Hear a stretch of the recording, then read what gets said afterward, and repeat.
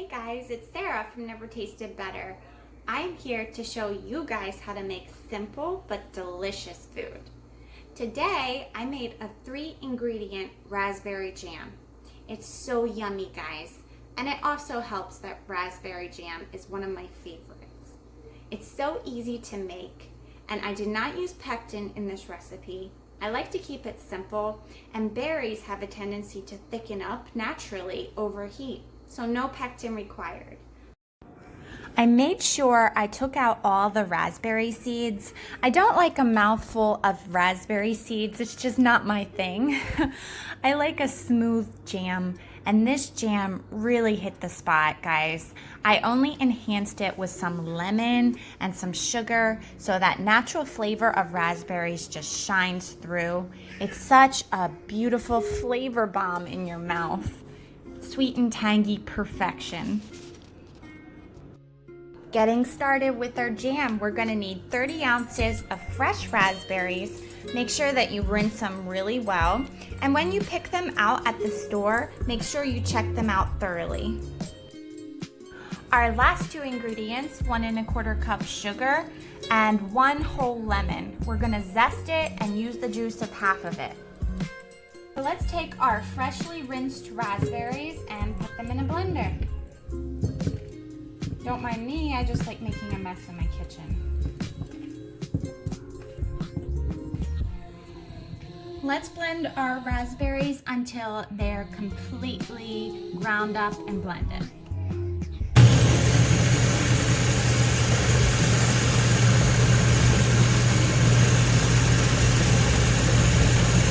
Okay, now comes the fun part. We're going to strain our raspberries through a sieve because we're going to get rid of all those gross seeds. Make sure you have your cup of coffee like me. That's my energy juice.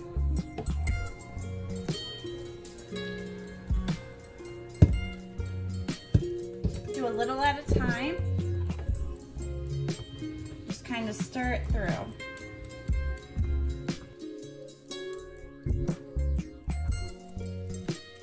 In a medium saucepan on your stove, we're going to add our raspberry juice.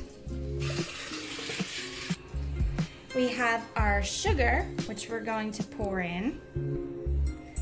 And we're going to let this dissolve first before we add in our lemon ingredients. With a small whisk, let's go ahead and stir it around.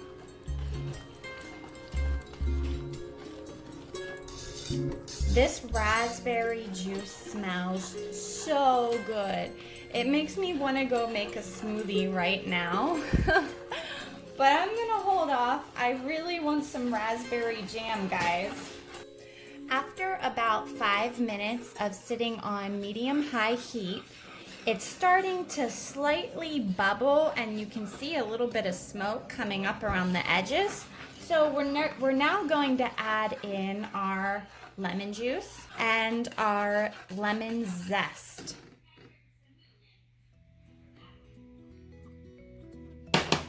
Let's stir this around.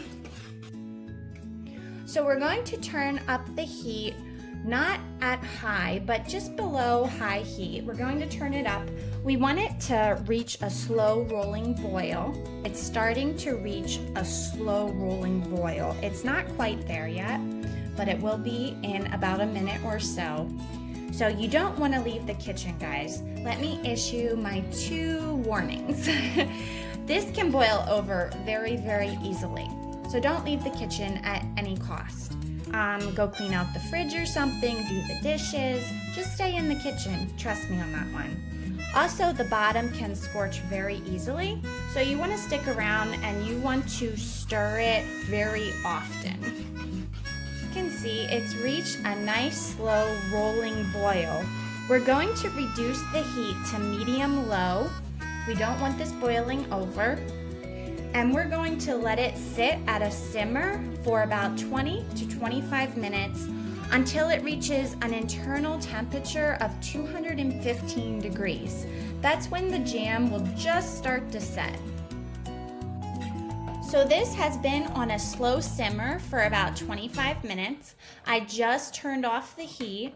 We're gonna do our spoon test and you can see it's coated really, really well.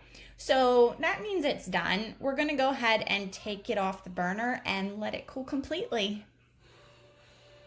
Once your jam is completely cooled off, we're gonna go ahead and pour it into 2 8-ounce jars. Look how nice and thick that is, guys. It's gonna thicken up even more in the fridge. Put your cap on and it will be ready overnight. Good girl. What do you think, Lulu? What do you think? Oh, is that good? Hey guys, thank you so much for watching. I hope you enjoyed this video.